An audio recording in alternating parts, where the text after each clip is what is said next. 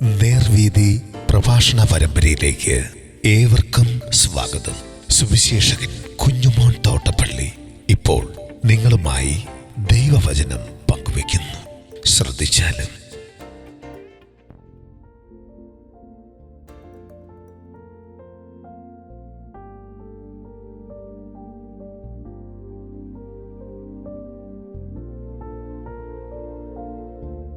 രണ്ടു തരം വീഞ്ഞ്.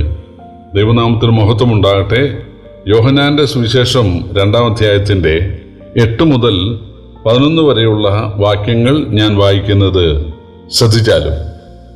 ഇപ്പോൾ കോരി വിരുന്നുവാഴിക്ക് കൊണ്ടുപോയി കൊടുപ്പീൻ എന്നവൻ പറഞ്ഞു. അവർ കൊണ്ടുപോയി കൊടുത്തു. അതെവിടെ നിന്ന് എന്ന് വെള്ളം കോരി ശുശ്രൂഷക്കാരല്ലാതെ വിരുന്നുവാഴി അറിഞ്ഞില്ല. വീഞ്ഞായി തീർന്ന വെള്ളം വിരുന്നുവാഴി രുചി നോക്കിയാറെ മണവാളനെ വിളിച്ചു. എല്ലാവരും ആദ്യം നല്ല വീഞ്ഞും ലഹരി പിടിച്ച ശേഷം എളുപ്പമായതും കൊടുക്കുമാറുണ്ട്. നീ നല്ല വീഞ്ഞ് ഇതുവരെയും സൂക്ഷിച്ചു വെച്ചുവല്ലോ എന്ന് അവനോട് പറഞ്ഞു. യേശു ഇതിനെ അടയാളങ്ങളുടെ ആരംഭമായി ഗലീലയിലെ കാനാവിൽ വെച്ച് ചെയ്ത് തന്റെ മഹത്വം വെളിപ്പെടുത്തി. അവന്റെ ശിഷ്യന്മാർ അവനിൽ വിശ്വസിച്ചു.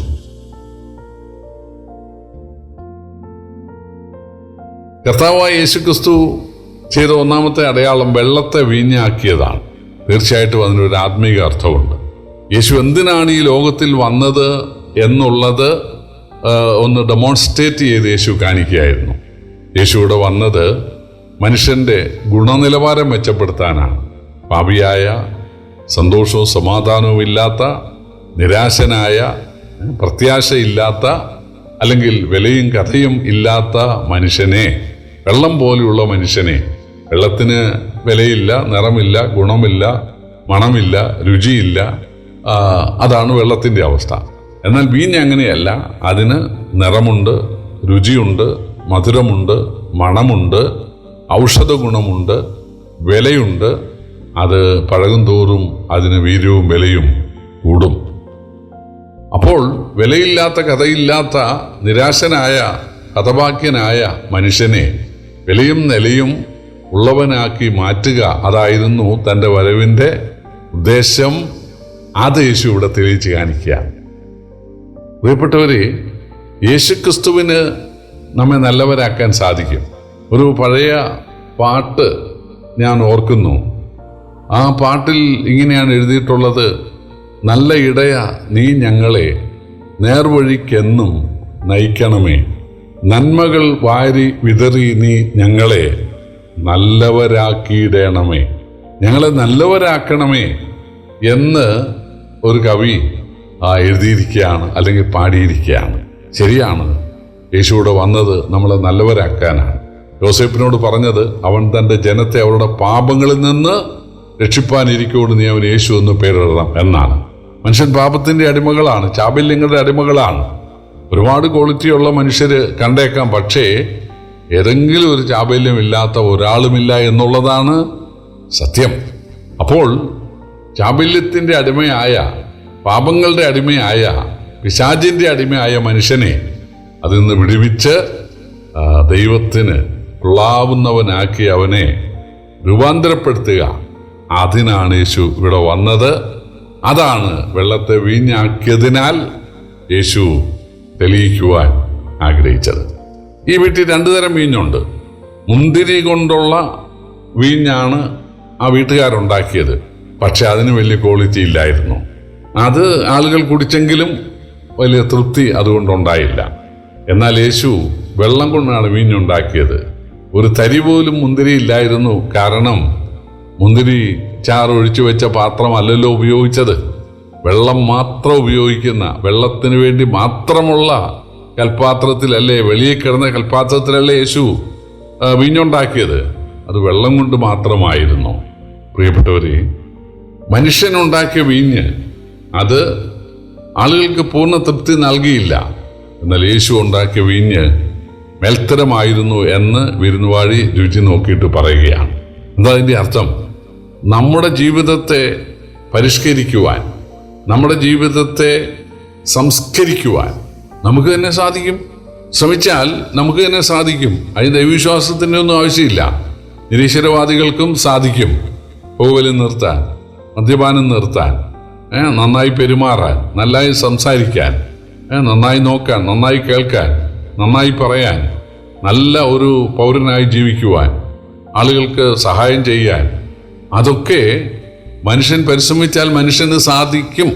തീർച്ചയായിട്ടും ഇതുവരെയും പുകവലിക്കാത്തവർ, ഇതുവരെയും മദ്യപിക്കാത്തവർ, ഇതുവരെയും മോഷ്ടിക്കാത്തവർ, വ്യഭിചാരത്തിനോ അല്ലെങ്കിൽ അങ്ങനെയുള്ള ദുർനടപ്പിനോ മ്ലേച്ഛതയ്ക്കോ പോകാത്ത ആളുകളൊക്കെ ഉണ്ട്. കാരണം മനുഷ്യൻ്റെ വിൽ പവർ കൊണ്ട് മനുഷ്യന് തീർച്ചയായിട്ടും സാധിക്കും. മനുഷ്യന് മുന്തിരിച്ചാറുണ്ടാക്കാൻ സാധിക്കും. പക്ഷേ അതിനേക്കാൾ ക്വാളിറ്റിയുള്ള മുന്തിരിച്ചാറാണ് വെള്ളം കൊണ്ട് യേശു ഉണ്ടാക്കിയത്. അപ്പോൾ രണ്ട് തരം ജീവിതമുണ്ട്. അതായത് മനുഷ്യൻ സംസ്കരിക്കുന്ന ആ ജീവിതത്തിൻ്റെ പേര് ധാർമ്മികത എന്നാണ്, മൊറാലിറ്റി. എന്നാൽ യേശു നൽകുന്ന, യേശുവിൻ്റെ ശക്തിയാൽ ഉണ്ടാകുന്ന ആ ജീവിതത്തിൻ്റെ പേര് സ്പിരിച്വാലിറ്റി എന്നാണ്. മൊറാലിറ്റിയും സ്പിരിച്വാലിറ്റിയും ഇത് രണ്ടും ഒന്നാണെന്ന് തോന്നും, പക്ഷേ വ്യത്യാസമുണ്ട്. മൊറാലിറ്റിക്ക് ഏറ്റവും കൂടിയാൽ സാധിക്കാവുന്നത് എന്താണ്? Morality will save you from jail, spirituality will save you from hell. അതായത് ധാർമ്മികതയ്ക്ക് നമ്മളെ ജയിലിൽ നിന്ന് രക്ഷിക്കാൻ അല്ലെങ്കിൽ ജയിലിൽ പോകാതിരിക്കാൻ സഹായിക്കാൻ സാധിക്കും. നരകത്തിൽ കൊണ്ടുപോകാതിരിക്കാൻ മൊറാലിറ്റിക്ക് സാധിക്കുകയില്ല. കാരണം മൊറാലിറ്റിക്ക് ദൈവവിശ്വാസം വേണ്ട. ധാർമ്മിക ജീവിതത്തിന് മനുഷ്യന്റെ പരിശ്രമം മതി, ദൈവവിശ്വാസത്തിന്റെ ആവശ്യം പോലും ഇല്ല. എന്നാൽ ദൈവത്തിന്റെ സഹായത്താലുള്ള ആത്മീക ജീവിതത്തിന്, സ്പിരിച്വാലിറ്റിക്ക് നമ്മളെ നരകത്തിൽ നിന്ന് രക്ഷിക്കാൻ സാധിക്കും, അല്ലെങ്കിൽ നരകത്തിൽ എത്തിക്കാതെ സ്വർഗത്തിൽ എത്തിക്കാനായിട്ട് സാധിക്കും. അപ്പോൾ ഇവിടെ രണ്ട് വീഞ്ഞ് നാം കാണുന്നു. മനുഷ്യൻ മുന്തിരി കൊണ്ടുണ്ടാക്കിയ ഒരു വീഞ്ഞ്, യേശു വെള്ളം കൊണ്ടുണ്ടാക്കിയ മറ്റൊരു വീഞ്ഞ്. നമ്മൾ മനസ്സിലാക്കേണ്ടത്, നമ്മൾ പരിശ്രമിച്ച് നമ്മുടെ പരിശ്രമം കൊണ്ട് മുന്തിരി ഉണ്ടാകണമെങ്കിൽ മുന്തിരി വള്ളി നടണം, പിന്നെ അതിന് വളവും വെള്ളവും ഒഴിച്ച് പരിപാലിക്കണം, അതിന് പന്തലൊക്കെ ഇടണം, വേലിയൊക്കെ കെട്ടണം, അതിന് എല്ലാ പരിചരണങ്ങളും നൽകി അത് പാകമാകുമ്പോൾ പറിച്ചെടുത്തിട്ട് അത് പിഴിഞ്ഞാണ് വീഞ്ഞുണ്ടാക്കുന്നത്, മുന്തിരിച്ചാറുണ്ടാക്കുന്നത്. പക്ഷേ ഇത് വെറും വെള്ളം, അതാണ്. അപ്പോൾ മനുഷ്യൻ്റെ യാതൊരു പരിശ്രമവും ഭക്തിയും പ്രാർത്ഥനയും മനുഷ്യൻ്റെ യാതൊരു ശ്രമവും ഇല്ലാതെ ദൈവത്തിൻ്റെ മനുഷ്യാവതാരമായ യേശുവിനെ ഒറ്റ നിമിഷം കൊണ്ട് വെള്ളത്തെ വീഞ്ഞാക്കാനായിട്ട് സാധിക്കുന്നു. അതായത് യേശുവിന് നമ്മളെ ആത്മീകരാക്കാനായിട്ട്, അല്ലെങ്കിൽ നമ്മുടെ ക്വാളിറ്റി വർദ്ധിപ്പിക്കാനായിട്ട്, ഗുണനിലവാരം മെച്ചപ്പെടുത്തുവാനായിട്ട് സാധിക്കുന്നു.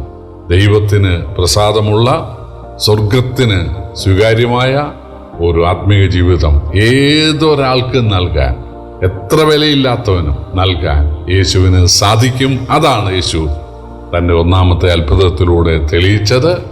അതിനാകെ അവർ ചെയ്തത് യേശുവിനെ ആ വീടിൻ്റെ ആതിഥേയനായിട്ട്, അതിഥിയായിട്ടല്ല, യേശു വന്നത് അതിഥിയായിട്ടാണെങ്കിലും പിന്നെ യേശു കൽപ്പിക്കുന്നവനായിട്ട് മാറി, ആതിഥേയനായിട്ട് മാറി. അപ്പോൾ യേശുവിനെ വീടിൻ്റെ നായകനായിട്ട് കൈക്കൊണ്ടാൽ, വ്യക്തിയുടെ നായകനായിട്ട് യേശുവിനെ കൈക്കൊണ്ടാൽ, യേശുവിനെ അനുസരിക്കുവാൻ, പൂർണ്ണമായി അനുസരിക്കാൻ നാം തയ്യാറാകുന്ന പക്ഷം തീർച്ചയായിട്ടും നമ്മുടെ വീടുകളിൽ അത്ഭുതം നടത്തുവാൻ, നമ്മുടെ ദുഃഖങ്ങൾ മാറ്റാൻ, നാണക്കേട് മാറ്റാൻ, നമ്മുടെ അടുക്കളയുടെ പ്രശ്നത്തിന്, സാമൂഹ്യ പ്രശ്നത്തിന്, കല്യാണ പ്രശ്നത്തിന് ഒക്കെ പരിഹാരം വരുത്തി നമുക്ക് മാന്യത നൽകാൻ യേശുവിന് സാധിക്കും. ആ യേശു ജീവിക്കുന്നു. ആ യേശുവിനെ സ്നേഹിക്കാനും അനുസരിക്കാനും ദൈവം എവരെയും ഒരുക്കട്ടെ. കർത്താവിൻ്റെ വലിയ നാമം വാഴ്ത്തപ്പെടുമാറാകട്ടെ.